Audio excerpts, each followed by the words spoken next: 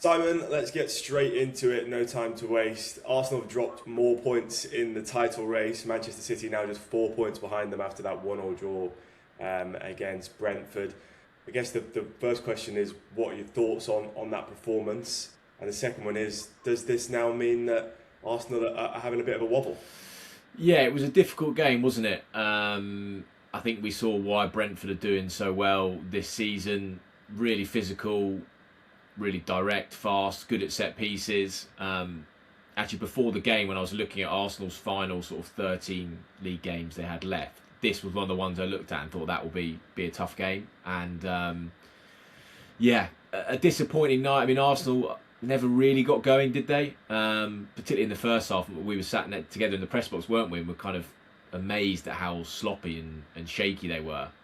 And I think Brentford probably will maybe finish that game thinking they could have won it. So yeah, drop points for Arsenal. You know, they're still in a really good position. You know, 4 points clear, and the fact, I think it is a big plus that they've got that Wolves game actually on the Wednesday, because if they're going to have that one game ahead of City, they can have that gap at a healthy position. But a disappointing result, but I still didn't come away from it suddenly thinking Arsenal are going to blow away and drop the lead in this title race.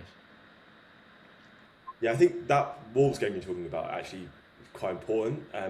Like just to, if they can win that game and just edge ahead of Man City for a little bit longer until City have to play that game in hand. We were saying that it's now 3 games in a row where Arsenal have played after Man City and they've dropped points in all 3 of those games. They haven't lost all 3 obviously, but they've dropped points in all 3 of those games. So that points at some sort of like mental fragility when they are, asked to take advantage. And it's not even just when Man City have won, it's when Man City have dropped points, they've struggled to actually even then go and kick on and get that distance further. So I wonder whether maybe there's just that mental block, or do you think maybe there's an aspect of it that's just sort of tiredness as well? Like, I looked at that team last night, I said to you actually, as we were leaving the stadium, I said that about 10 minutes in, I thought they're not getting more than a point here. And I looked at it and I thought they just looked tired. The whole squad just looked lacklustre and tired. It looked like they'd gone up north to play Sean Dyche's Burnley, and they'd had a massive long trip, but they'd just come across London and they won at the G-Tech plenty of times recently, but they just didn't look up for it. Yeah, I mean, the schedule has been pretty brutal, hasn't it? And I think they are going to feel the benefits when we got those clear midweeks because of the Champions League and not being in that. And it's probably why it's a good thing they're playing Wigan at the weekend, isn't it? Because we've seen, I think, those cup competitions and even the Champions League as well, just when they've got out of the pressure of the title race and been able to rotate and get players in, I think they've really benefited from it.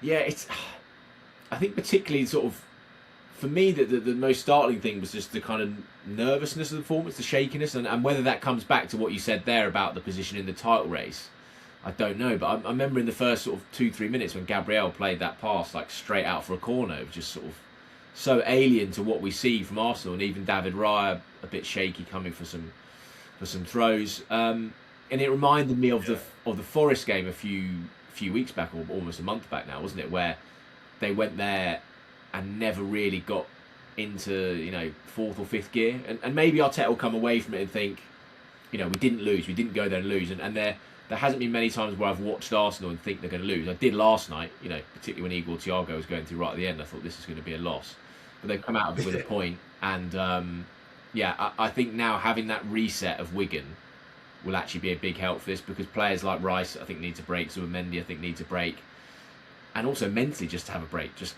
get away from the title race for a few days before you go back into it with Wolves.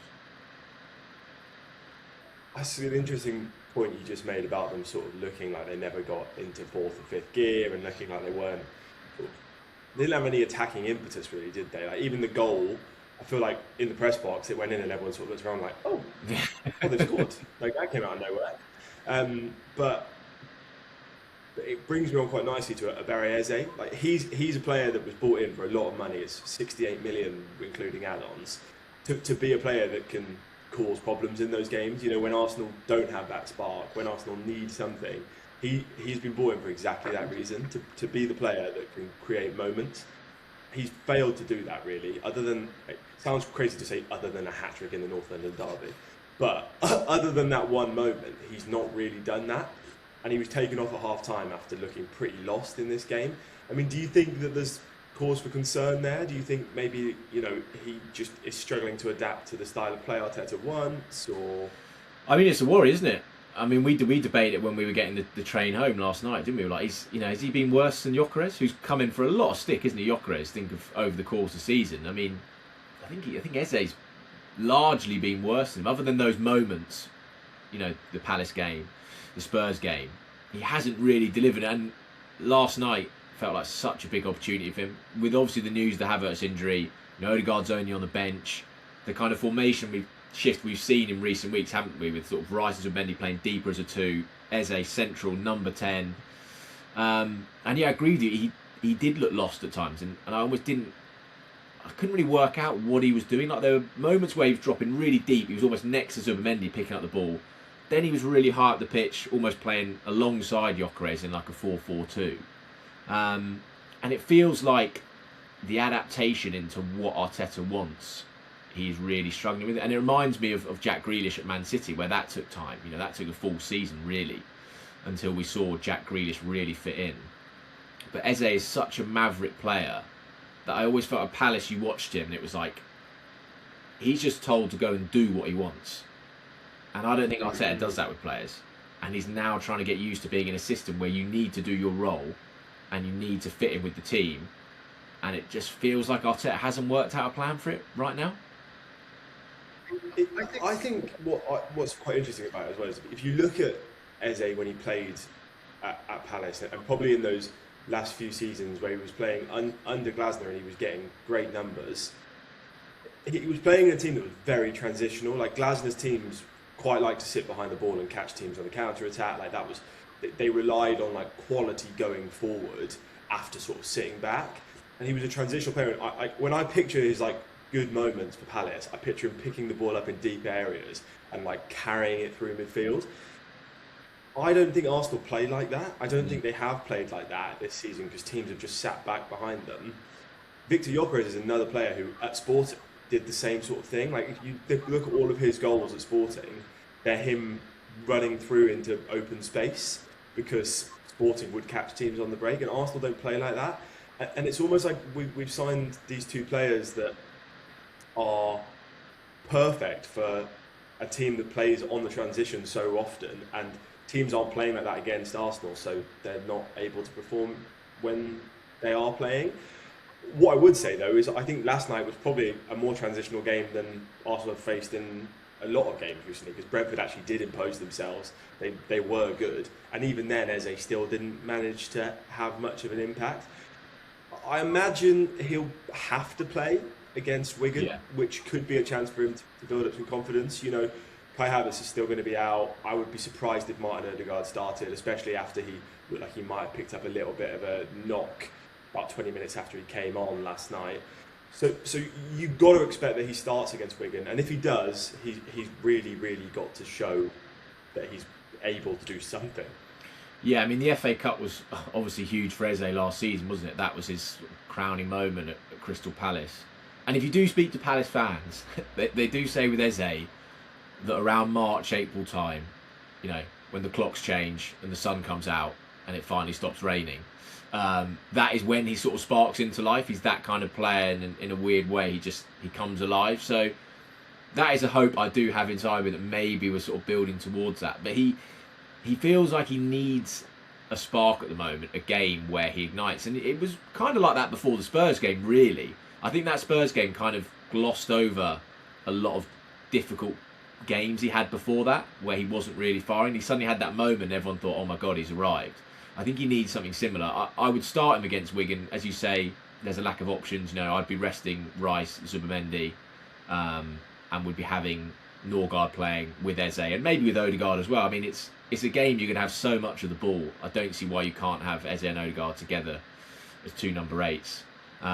And yeah, hopefully it is a kind of just a platform for him to lift his confidence, because there is a player in there, we know that. It's so obvious. And he's, as well, we know, is absolutely desperate to sort of prove himself and make it at Arsenal.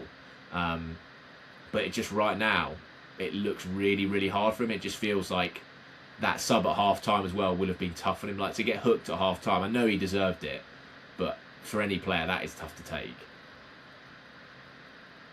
Yeah, absolutely. But before we do look ahead a little bit more at that Wigan game, I just want to get your thoughts. There was one chance where maybe Arsenal could have snatched all 3 points, and this certainly would have been undeserved if they had, where Gabriel Martinelli went through on goal and he sort of just took it straight into Kelleher. Did you think that he could have scored? And do Arsenal need more players who are clinical in those positions? Oh, it was a big chance, wasn't it? And the joys of our job and writing for print deadlines. When he was going through, I was thinking, oh no, I'm going to have to delete a lot of words here and rewrite a lot of words here. So there was part of me that was thankful that Kelleher saved it. I think it was a good save. I think Kelleher deserves credit for that. But it's one of those where, if you're being, super critical and harsh, you want to be finishing that. And Martinelli normally is good in those situations, isn't he? That's normally the sort of chance he finishes really well. But I was chatting to someone about it after the game, saying, oh, what a chance that was. And they were like, yeah, but it kind of feels like it shouldn't be coming down to Martinelli in the 90 whatever minute to win the game. Like, your attack should be doing more than that. You shouldn't be relying on these kind of moments like that, which I think is a fair point. But it would have felt like a smash and grab, that. Because the 20 minutes before that, after Lewis Potter scored, I was thinking, Brentford are going to win this. Like, they're banging on the door, seriously. But yeah, huge chance for Martinelli, and I think you could see from the reaction of Arteta on the touchline, he was absolutely gutted, and I'm sure Martinelli would have been the same. Yeah, Victor Gyökeres was also really angry. I he was really angry at Martinelli's miss, which I think was, at times, given his form and his composure in front of goal this season, is a little bit rich. But I can see why he might have been frustrated that he didn't manage to finish it off. So let's move on to Wigan then. I think that's probably the way to move things forward. Mikel Arteta was desperate to try and throw things forward to Wigan. He didn't want to remember this game, more drop points. We spoke a little bit earlier about how maybe Eze will have to play in midfield. I think Arteta's probably going to have to play a few half-decent players that he wouldn't like to, because the squad is quite thin now that there's been some injuries. Do you foresee there being a lot of changes? What changes do you think there will be?